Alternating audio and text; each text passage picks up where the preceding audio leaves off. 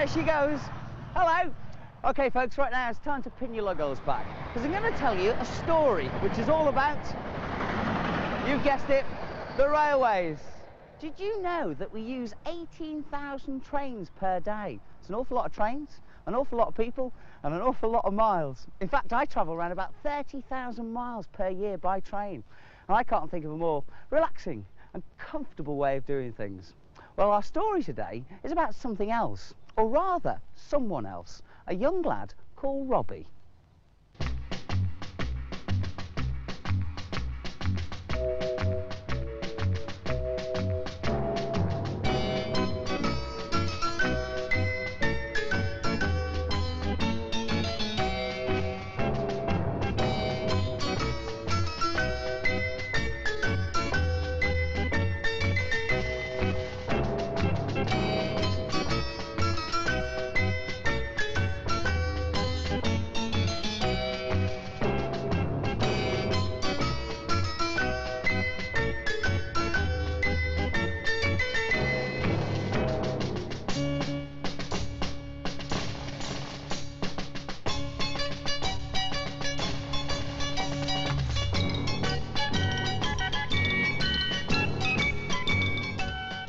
A right terror was Robbie, always into something, know what I mean?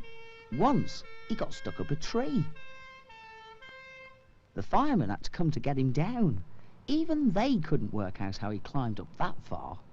Thought he'd rescue a stray dog one day. Well, looked like a stray, but the blooming dog lived right on the other side of town.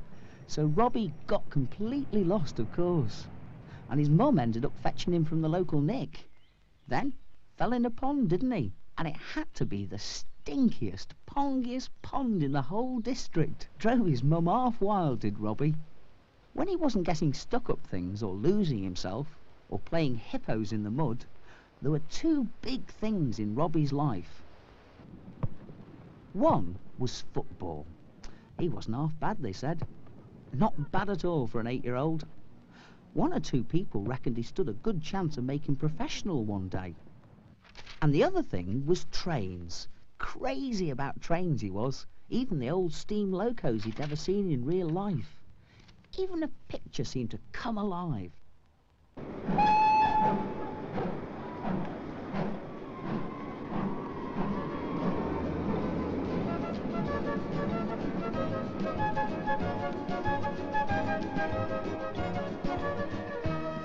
Robbie read about trains and watched them on the telly.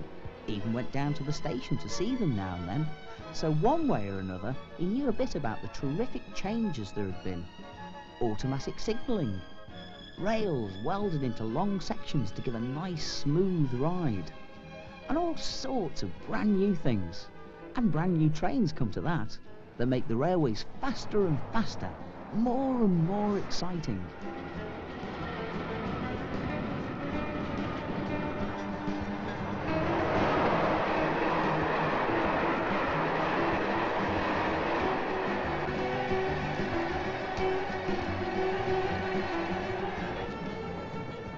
He even wondered about being a train driver himself one day, but soccer came out top. Even Mum didn't mind the mud then, so long as he kept some of it outside the house. Well, what with everyone saying how good he was, and him knocking up quite a fair goal average in the local team, you never know, we might have a soccer star in not so many years' time. Even his brother and sister showed up at one match. Of course, they were just passing, they said. Just when Robbie was kicking a dead easy penalty. And of course, he blew it, didn't he? Oh, nearly died of shame. Made up for it later, though. Smacked in that goal just before the final whistle. And you know, he could have sworn he saw them cheer. Well, nearly. Robbie didn't know it, of course, but that was the last goal he'd ever score. Come to that, the last game he'd ever play. Because things went wrong on the way home, you see. Big brother Bert reckoned he knew a shortcut. Well, that was okay, till the shortcut brought them to the railway line. "We can't cross that," said Robbie. But it's dangerous. Of course we can, said Bert. Look, there's a huge great hole in the fence. And another hole on the other side, Sally chipped in. Robbie argued. The kids who made those must be stupid. It wasn't kids, said Jake. It was grown-ups. I saw them do it so as to get across to the pub. Well, they're stupid, Robbie argued. It's just plain stupid going across a railway. You chicken then, asked Bert. Chicken soccer star. Sally joined in. Chicks United, bottom of the 4th division. Oh, look, he's going all red. I know what, said Bert. You'd go across for these, wouldn't you? I'll bet you would. Oh, give 'em back, yelled Robbie. Keep your hair on. You can have 'em, said Bert. All you got to do is get 'em. Go on, go fetch, boy. Oh, now look what you've done, Robbie shouted. You threw 'em there, you get 'em back. Huh, no way, mate, said Bert. It's all electric up there. Thousands of volts. Kill you as easy as anything. Oh, now look who's chicken, asked Robbie. It's only the wires that are electric, not the other bits.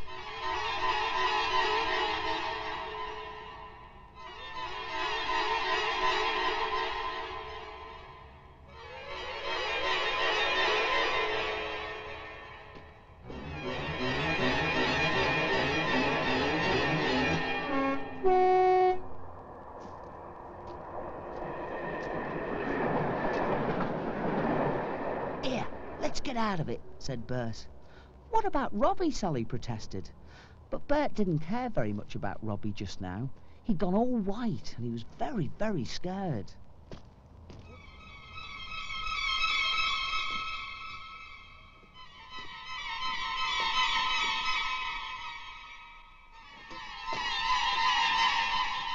Come on, Robbie, what are you doing? Yelled Sally. Get in my boots, said Robbie.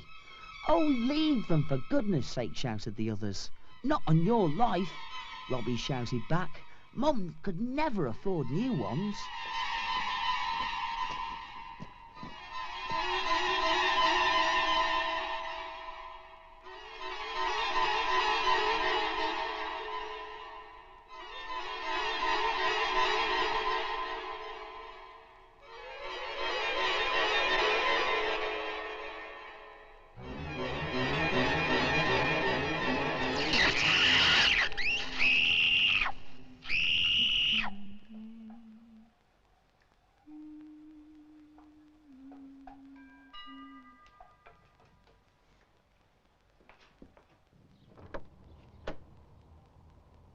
Mrs. Hayward? Yes? Mrs. Ruth Hayward? Yes? But what have you been up to? Well, where are the others? The lads had a bit of a shock, love. What do you mean? What's going on? Look, could we talk inside? Oh, yes, of course. The coppers have some rotten jobs sometimes, like ringing a doorbell and telling a mum a boy won't be home for a long, long time. For God's sake, what's happened? Where's Robbie? Where's Sally? Your Robbie's had an accident, I'm afraid. A bit of a nasty one. He's not... No, he's alive. But he's very poorly. It happened on the railway. Well, where is he? I've got to see him. No, that wouldn't be a good idea, love. Not just now. He's in hospital. You can't see him, not yet. Who says I can't see him? I'm his mother. I've got a right. Sorry, love. He's badly hurt. You'd only be in the way. Oh, dear God. Is it as bad as that? I know it's hard. But all we can do is wait. They've promised to phone the moment there's any news. Tell you what, let me put the kettle on.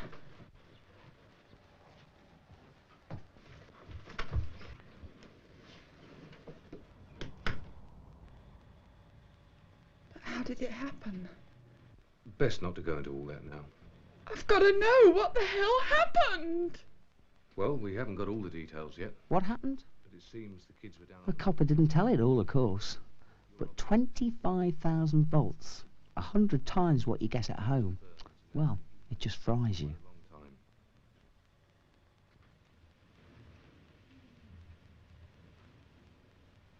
Oh, dear Christ.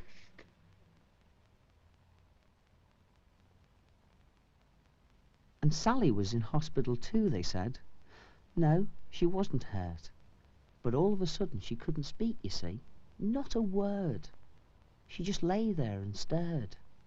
Didn't seem to notice anything. Best to drink it up, love. It'll do you good. You've had a bit of a scare. Bert ought to drink up his tea and keep warm, they said. He'd had a nasty fright. Sorry, love. They asked me to bring these back.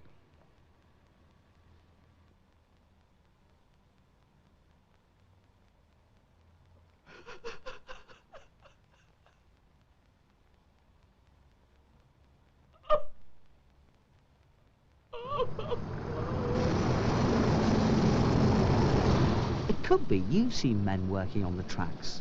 They're trained to the job, and lots of them have done it for 20, 30 years or more. All the same, in spite of their training, you even hear of them being hurt or killed sometimes.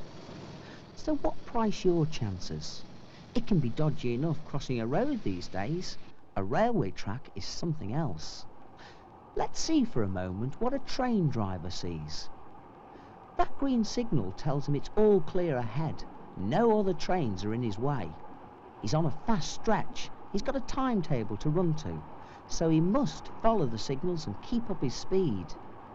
Then he sees track workers ahead. They wear those orange waistcoat things to make them stand out. But look, even they can be hard to spot. And a train travelling at any speed could never stop in time to miss them. Robbie knew a bit about railways, but he didn't know it all. He didn't know, for instance, that a lot of the metal bits are dangerous, not just the overhead wires, or that you don't even need to touch them, because the power can leap through thin air and flash straight down at you. Come to that, a lot of people don't know how silently a train can come at you, or how the sound of one train can drown the sound of another travelling on the other track. Or that a train can't stop anything like as quickly as a car. Or how points, for instance, can trap you, because they're often worked automatically from miles away. Poor old Robbie was right about one thing at any rate. Anyone who makes a hole in a railway fence or breaks it down is just plain stupid. Boy, girl, grown-up, 5, 15 or 50 makes no odds. They're stupid. Because it's holes like these that hurt and kill. Not just older kids, but the family dog or the baby brother or sister who don't know where they're walking, or where their walk is going to end.